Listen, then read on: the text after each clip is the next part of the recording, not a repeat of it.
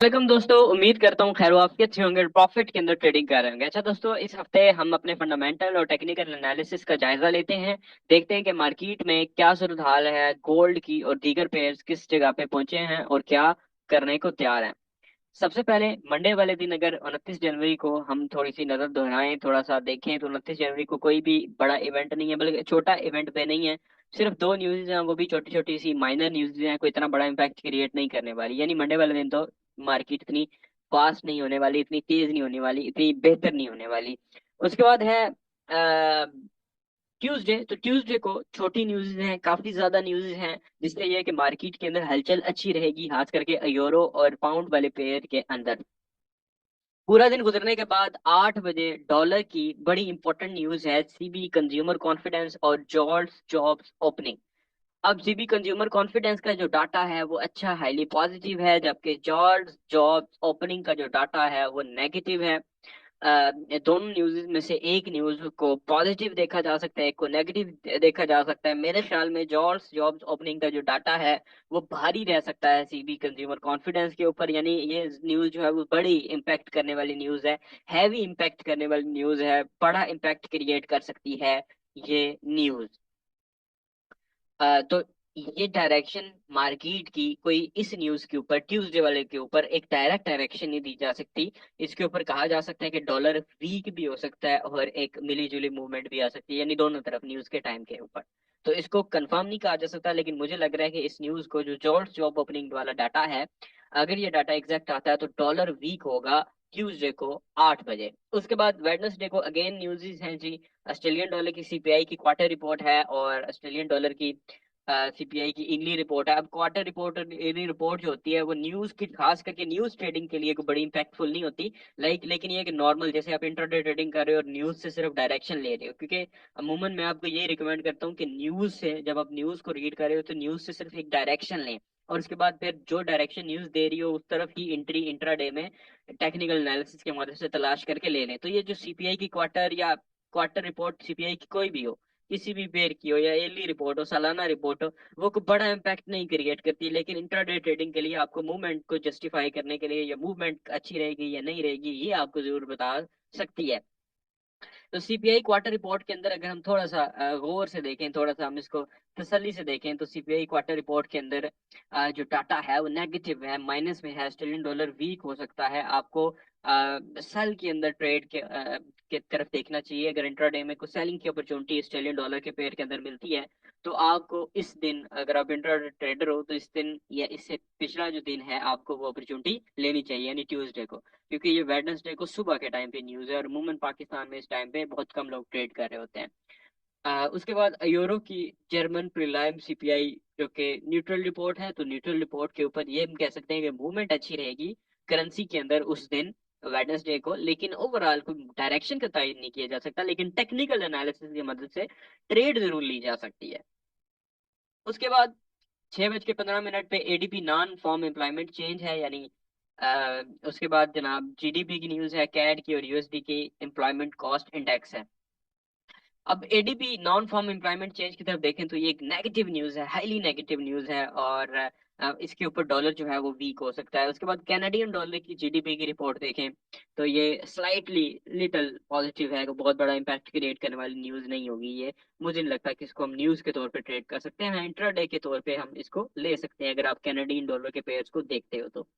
फिर उसके बाद employment cost index quarter report है, जो कि बहुत बड़ा इम्पैक्ट क्रिएट करेगी ये, लेकिन ये भी रिपोर्ट जो है वो नेगेटिव है। तो ये जो वेडनेसडे डे का दिन है, ये डॉलर के लिए नेगेटिव रहने वाला है। बाज़ का ऐसा भी होता है कि न्यूज आने से पहले भी मार्केट उस तरफ ही डायरेक्शन देना शुरू कर देती है, या ऑलरेडी उस तरफ डायरेक्शन मार्केट दे चुकी होती है। तो खैर, इसका डाटा भी आपको बता दिया। उसके बाद फेडरल फंड्स रेट है, जिसका जो रेट है वो सेम रहेगा, इसमें कोई कट वगैरह का फिलहाल प्रिडिक्शन नहीं है। लेकिन इस कॉन्फ्रेंस के बाद ये है कि ये इंपॉर्टेंट कॉन्फ्रेंस रहेगी, ये इंपॉर्टेंट प्रेस कॉन्फ्रेंस रहेगी। ये हमें अगली कॉन्फ्रेंसेस का तयन करवा देगी, अगली जितनी भी कॉन्फ्रेंसेस होंगी उनका हमें जो है वो आइडिया दे देगी कि क्या हो रहा है या क्या होने जा रहा है। क्योंकि बड़ी हाइप थी कि इंटरेस्ट रेट कट होगा या इंटरेस्ट रेट बढ़ेगा, इस चीज की बड़ी हाइप थी मार्केट के अंदर, बड़ा इसके अंदर एक था आप कह लो अदम एतमाद टाइप चीज थी, तो इसके बाद वो बेहतर होगा, बट इसकी डायरेक्शन कोई किसी तरफ भी जा सकती है कॉन्फ्रेंस के वक्त। ये जो तीन न्यूज़ है थर्सडे को। उसके बाद जीबीपी की bank of England monetary policy report आएगी, बैंक ऑफ पॉलिसी समरी आएगी, उसके बाद MPC official bank rate votes की होगी, और इंटरेस्ट रेट जो कि सेम रहेगा। इससे यह है कि मूवमेंट अच्छी रहेगी, लेकिन डायरेक्शन का तयन नहीं किया जा सकता कि क्या होगा, क्योंकि इंटरेस्ट रेट अगर सेम रहता है और इंटरेस्ट रेट अगर यही रहता है, तो फिर तो एक बड़ा मूव जो है वो मुतवक्का नहीं होगा, नॉर्मल मार्केट जो चल रही है चलती रहेगी।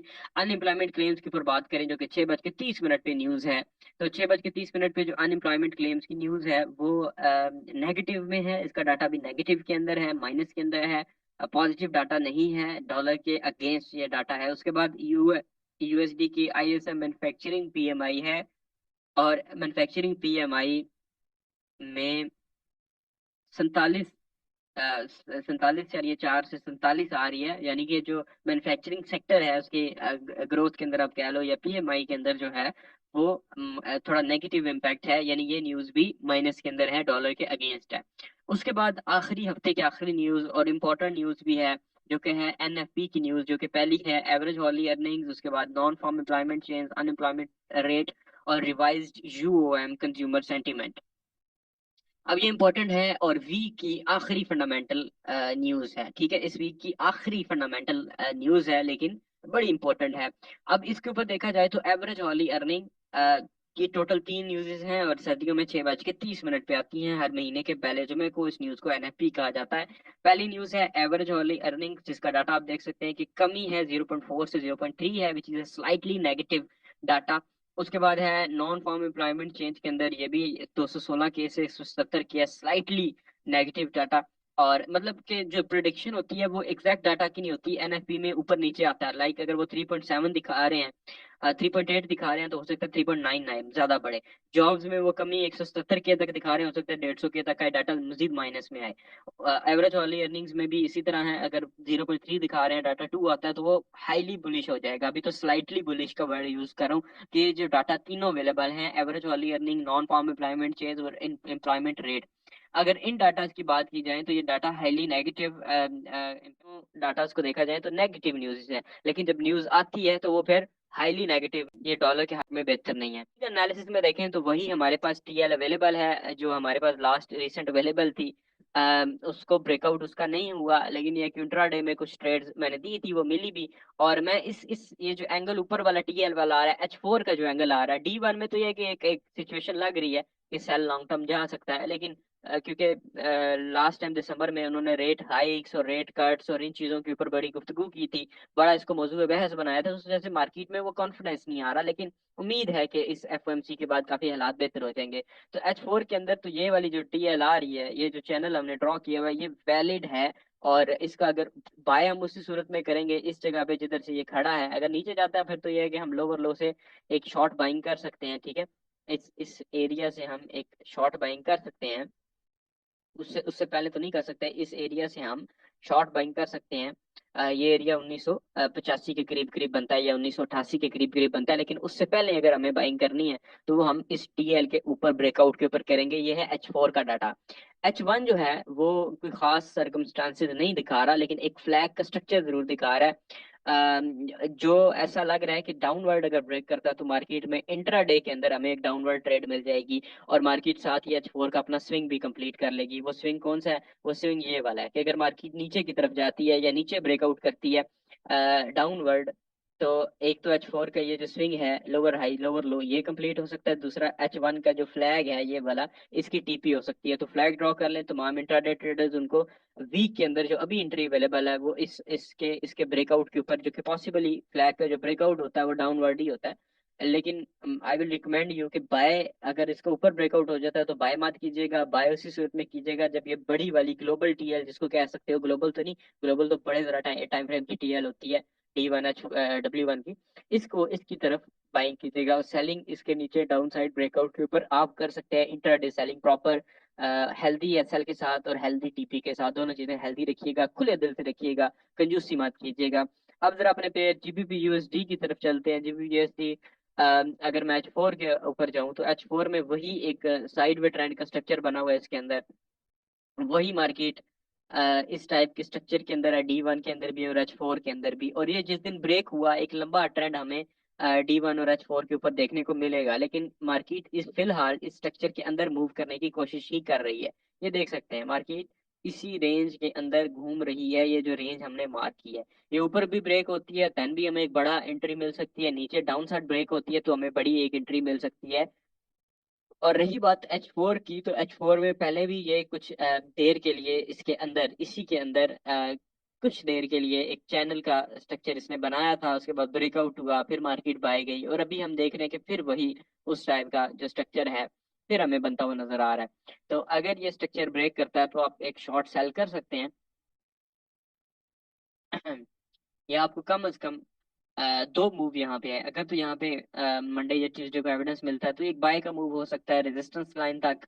और अगर मार्केट जो है ब्रेकआउट कर जाती है तो यहाँ सपोर्ट तक एक सेल का मूव जो है वो हो सकता है। अच्छा, ओवरऑल इसके अंदर कोई खास चीज नहीं है, पिछले पिछले वीक वाले एनालिसिस ही हैं। जीबीपी जेपीवाई के ऊपर मैं अपडेट लाजमी करना चाहता हूँ। टेक्निकल एनालिसिस बाद हफ्ते बहुत अच्छे होते हैं, बाद बहुत अच्छे नहीं होते।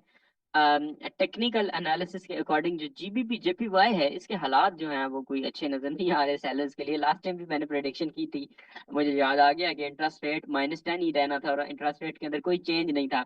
तो मैंने गुफ्तगू के अंदर ये गुफ्तगू की थी कि भाई ये अगर इंटरेस्ट रेट यही रखना है तो फिर ये जीबीपी जेपीवाई सेल ना आया मेरे भाइयों, फिर ये भाई जाएगा। और ये यहाँ पे थोड़ा सा आप गौर करें, मौजूद बहस इसको बनाएं। ये देखें, यहाँ पे ये फ्लैग बना था, फ्लैग के बाद मार्केट बाय गई। उसके बाद यहाँ पे एक मुझे याद है कि एक पीनट बनी, उसके बाद मार्केट मजीद बाय गई। अब मुझे दोबारा फ्लैग टाइप का स्ट्रक्चर थोड़े बड़े साइज का दिख रहा है, जो कि अगर मजीद एक स्विंग और बन गया तो ये स्ट्रक्चर इनवैलिड हो सकता है। फिर इसको फ्लैग नहीं कहेंगे, फिर चैनल कहेंगे इसको। H1 के ऊपर भी, लेकिन ये फिर भी फ्लैग ना भी हो, बड़ा इंपॉर्टेंट लेवल होगा। H1 के ऊपर भी हम इस लेवल को यूज कर सकते हैं फॉर ब्रेकआउट। लाइक ये लेवल बड़ा इंपॉर्टेंट है। अगर ये ऊपर ब्रेकआउट कर गया फिर जीबीपी जेपीवाई मजीद पाया जा सकता है। फिर आप ट्रेलिंग स्टॉप को का इस्तेमाल करके टीपी को ऊपर लेके जा सकते हैं, एसएल को ऊपर लेके जा सकते हैं, और मार्केट के साथ साथ आप अपने टीपी को कंबाइन कर सकते हैं। और टीपी को मालूम करने के लिए आप फार्मूला एक्स का इस्तेमाल भी कर सकते हैं। आप उससे भी अगर ब्रेकआउट होता है तो उससे भी एक टीपी का तयन कर सकते हैं कि मार्केट कहाँ तक बाय जा सकती है। और अगर मार्केट ब्रेकआउट करती है डाउन साइड पे, या अपने, एक तो ये है कि यहाँ से ब्रेकआउट करे, जो कि लग नहीं रहा कि नीचे ब्रेकआउट करेगा और कोई इस तरह की फंडामेंटल्स भी नहीं है, लेकिन अगर स्ट्रक्चर इस तरह पे शिफ्ट करती है तो फिर हमें एक सेलिंग की अपॉर्चुनिटी मिल जाएगी। मे भी मार्केट जो है इस सपोर्ट तक वापस आ जाए, लेकिन हमें फार्मूला एक्स से ही हमें H1 के फार्मूला एक्स से ही नीचे और ऊपर दोनों तरफ टीपी का तयन कर लेना चाहिए। दोनों तरफ, दोनों तरफ, नीचे नहीं ऊपर नहीं। अगर ये H1 में तो ये क्लियरली चैनल बन चुका है, H4 में ये है कि फ्लैग का स्ट्रक्चर बन रहा है। तो चैनल में भी फार्मूला एक्स यूज होता है, अगर नीचे ब्रेकआउट करता है फिर भी, ऊपर ब्रेकआउट करता है फिर भी, तो ये मार्क कर लें, जीबीपी जेपीवाई की एंट्री आपको मिल सकती है। तो आज के एनालिसिस के लिए इतना ही। दुआ में याद रखिएगा, इंशाल्लाह ताला नेक्स्ट वीक आपसे इसी जोश और जज्बे से मिलेंगे और मजीद आपको इंशाल्लाह ताला अपडेट्स देने